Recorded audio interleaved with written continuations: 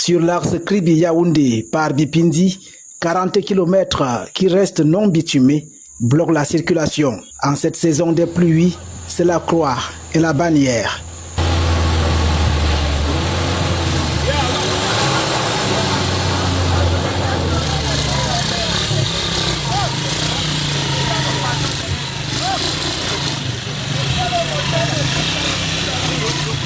Je suis né ici. Je suis de la chefferie groupement Bassa, en face de la sous-préfecture. Depuis, si c'est 17 ans ou 20 ans aujourd'hui, le développement est à terre. Il n'y a rien. Le commerce ne passe pas. Rien.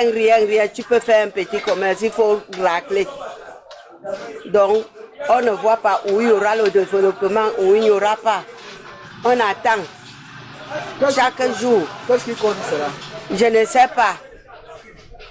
Parce qu'aujourd'hui, on nous dit que demain, il y aura la route. Dès que les élections passent, on nous dit que la route ne serait pas là. Ce mauvais état de la route ne manque pas d'avoir une incidence sur le tarif Kribi-Bipindi. Le prix normal d'un client, c'est 5 000 francs. Si vous trouvez qu'il n'y a plus de voitures, vous empruntez les motos sont plus chères et si les motos sont chères, le taux de carburant a monté et l'état de la route. Sur l'axe Kribi et Bolova-Parakom 2, certains tronçons routiers sont carrément transformés en fleuves. La route du RDPC, la voici, à quoi elle ressemble. Vous voyez, les militants votent ici 100% RDPC. Vous voyez à quoi ressemble l'état de la route. Voici les populations maintenant. Nous sommes garés. Nous sommes à une quarantaine de kilomètres d'Akom 2. Et il y a une femme enceinte qui est dans la voiture. Son état est critique. Dans là où nous sommes là, on ne peut plus avancer. On ne peut plus faire marche arrière. Et le ciel ne fait que noircir. Pour la deuxième ou la troisième pluie qui va s'abattre. Ça, c'est même la mort. On ne peut pas parler. Je suis à 58 km de Kribi. La moto me prend 15 000 francs. Et avec les 15 000 francs que je paye, je vais faire peut-être quelque chose de 12 km à pied. Vraiment, c'est tout un calvaire dont on ne peut pas parler.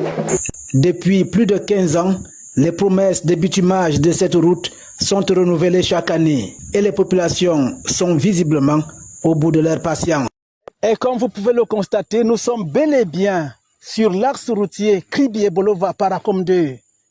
Les promesses viennent chaque année et tardent à se réaliser. Si ces promesses venaient à se réaliser, cet axe routier serait bitumé.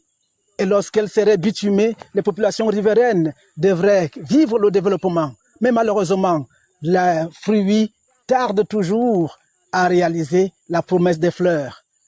L'axe routier Kribi et Bolova-Parakom 2 devrait également desservir le port autonome de Kribi, qui reste un véritable poumon économique pour l'Afrique centrale, et permettre que les richesses puissent aller vers le sud profond ou encore vers les pays voisins comme le Gabon, la Guinée équatoriale ou le Congo. Lors de l'inauguration de la deuxième phase de ce port, le directeur général avait saisi l'occasion de cette cérémonie pour faire un véritable plaidoyer au sujet de la connectivité de l'infrastructure dont il a la charge. Du bitumage de l'axe Bolova-Kribi, la réhabilitation complète de la route Edi à Kribi et le lancement effectif du chemin de fer Edi à Kribi. Les experts s'accordent à conclure qu'avec l'absence d'une connexion routière performante, le port autonome de Kribi, malgré sa position stratégique et les investissements massifs consentis par l'État, manquera inévitablement la chance de devenir un hub portuaire majeur.